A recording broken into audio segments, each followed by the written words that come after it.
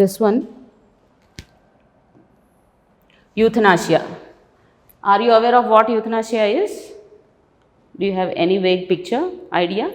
This article is about a man and his parents' plea. They have approached a high court asking for euthanasia. Euthanasia is when a person would be withdrawn life support or would be given lethal injections to end his life because he is unable to bear the pain and the suffering.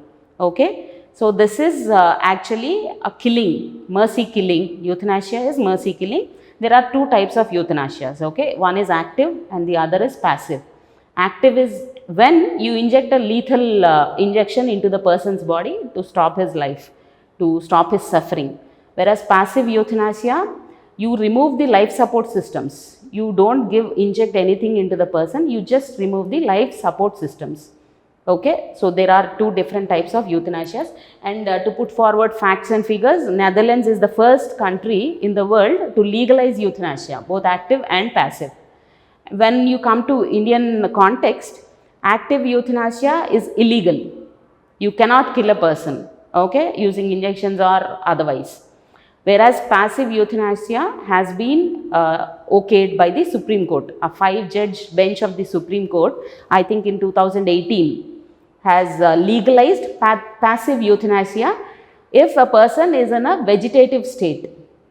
Okay, so if he is not able to function on his own without life support systems, and the person can write down a living will.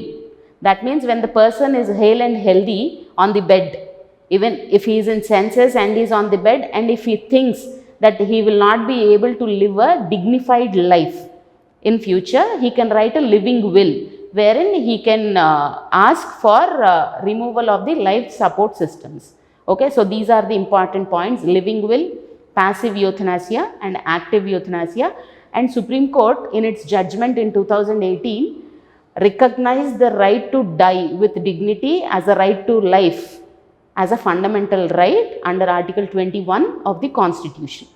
Okay, so euthanasia comes as a, in mains aspective, it will be a governance issue and also an ethics paper. Like, what would you suggest?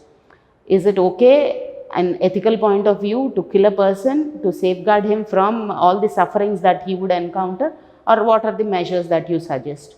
Okay, so it is a governance issue. When you go into this article, why did the court reject his parents' plea? Why did the court reject his parents' plea?